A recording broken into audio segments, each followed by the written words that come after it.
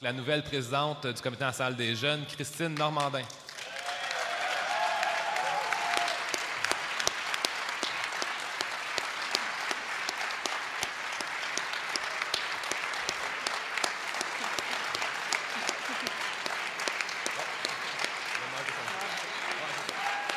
Il paraît que c'est ça qu'on appelle un baptême du feu.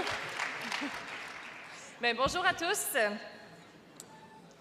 Je ne sais pas si vous êtes comme moi, mais il me semble que ces temps-ci, il fait vraiment bon de militer du côté du Parti québécois plutôt que du côté des libéraux. On a rarement vu un parti nous tenir à tel point deux discours. Un sujet d'actualité, deux discours. Ben, en fait, pas vraiment deux discours, un seul. Il y a un seul discours qu'on nous présente, c'est celui qui s'adresse à la population. C'est le discours qu'on essaie de faire rassurant. C'est le discours qui nous dit que tout va bien, que le gouvernement travaille pour le bien-être de tous, qu'on travaille au développement du Québec, au développement de l'économie, qu'on travaille à protéger notre langue, protéger notre identité. Ça, c'est le discours qu'on nous présente, mais c'est le discours qu'on commence à croire de moins en moins. L'autre discours, c'est celui qu'on n'entend jamais vraiment officiellement. On le devine, par contre, on sait qu'il existe. En début de semaine, avec la loi 115, on nous a assuré que c'était la solution idéale pour régler le problème des écoles passerelles. On nous a dit que c'était une solution qui était beaucoup plus acceptable que celle qu'un Parti québécois qui se radicalise dangereusement nous présentait. Deux choses là-dessus. Premièrement, utiliser le bâillon sous le prétexte de l'urgence, malgré le délai qu'on nous a octroyé, que la Cour suprême nous a octroyé d'1 an pour remédier à la situation, bien ça, à mon sens, c'est radical. Dans le meilleur des cas, on aurait pu dire que c'est une mauvaise gestion du temps, une mauvaise gestion des urgences, mais à voir comment les libéraux les gèrent, les urgences, ça ne me surprend pas vraiment que celle des hôpitaux présentement soit débordée. La deuxième des choses, pour moi, abolir les écoles passerelles, c'est pas de présenter un projet de loi qui nous donne au contraire la recette pour mieux les utiliser. C'est exactement ce qu'on nous a proposé avec la loi 115. Plutôt que d'avoir envoyé nos enfants 1 an dans les écoles passerelles pour pouvoir s'acheter un droit constitutionnel, maintenant, ce qu'il faut faire, c'est les envoyer 3 ans dans les écoles passerelles. Là, à ce moment-là, c'est l'actualité qui nous rattrape. Qu'est-ce qu'on apprend? En 10 ans, 22 dirigeants de 6 écoles passerelles à Montréal ont versé plus de 110 000 $ à la caisse du Parti libéral. Est-ce que c'est un hasard? Ça peut être un hasard, mais ça commence à faire pas mal de hasard ces temps-ci. Il y a une chose qui est sûre, par contre, c'est que la seule langue que les libéraux ont protégée récemment, c'est parce qu'ils l'utilisent beaucoup, c'est la langue de bois.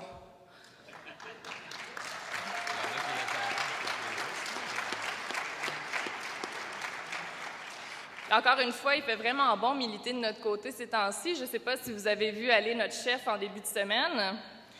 Irréductible, c'est le cas de le dire. Il y a même des caricaturistes qui lui ont prêté les traits d'un petit village d'irréductibles gaulois qui ne se laissent pas envahir par le méchant envahisseur.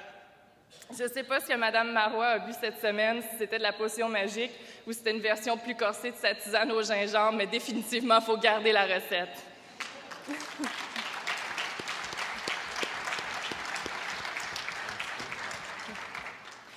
Dans la même lignée des doubles discours, on peut difficilement passer à côté de la thématique des gaz de schiste, surtout avec le sujet qu'on a pour le Conseil national en fin de semaine.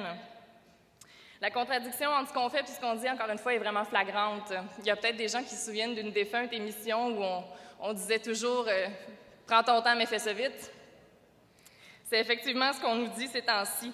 On nous dit, pas besoin de s'inquiéter, on prend le temps de faire des études, on va s'assurer que tout ce qu'on fait soit fait de façon sécuritaire et dans le respect de la population. Pendant ce temps-là, par exemple, ce qu'on remarque, c'est que sur le terrain, le travail est déjà commencé.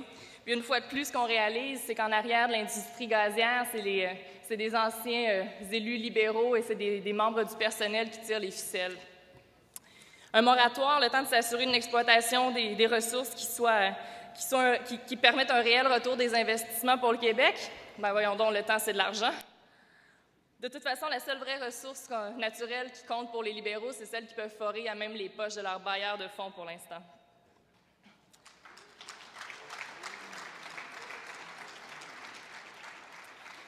Pendant qu'on parle de l'exploitation des ressources naturelles, là, je vais me permettre de prêcher un peu pour ma paroisse. Il y en a une qu'il ne faudrait pas oublier, parce qu'elle est rentable, et elle est renouvelable, c'est ce qui est merveilleux, et surtout, elle ne produit pas de gaz à effet de serre. Quoi qu'encore, il n'y a pas eu d'études là-dessus, il faudrait demander à Martine Ouellette, c'est la ressource qui est les jeunes militants.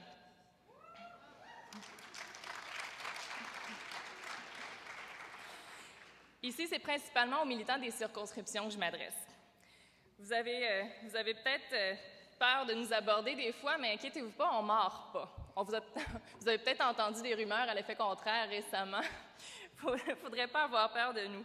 On a des dents peut-être, mais on sait les utiliser à bon escient.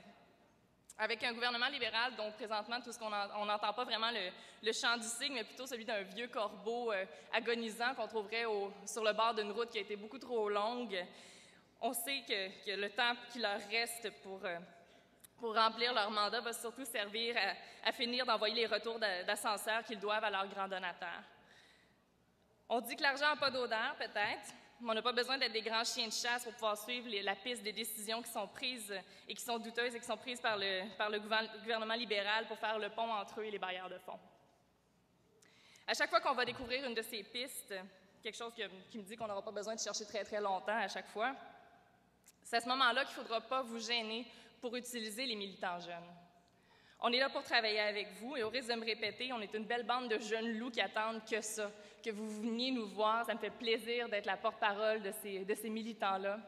N'hésitez pas à nous inviter dans vos circonscriptions. Il y a plusieurs congrès qui s'en viennent. On va se faire un plaisir d'assister. On va se faire un plaisir aussi de venir vous expliquer quelles sont nos idées, de venir vous faire un topo. Il y en a plusieurs qui sont sortis de notre dernier rassemblement.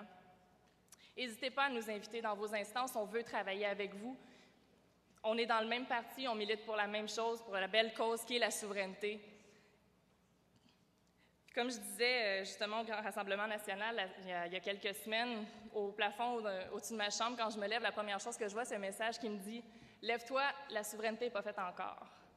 OK, à notre âge, des fois, se lever, surtout quand on a fêté la veille, c'est pas évident, mais sachez que pour cette cause-là, on se lève sans problème.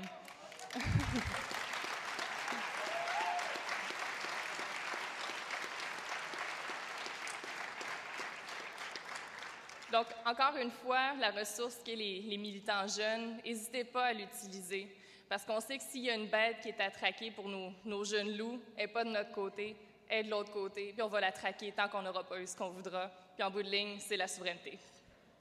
Voilà.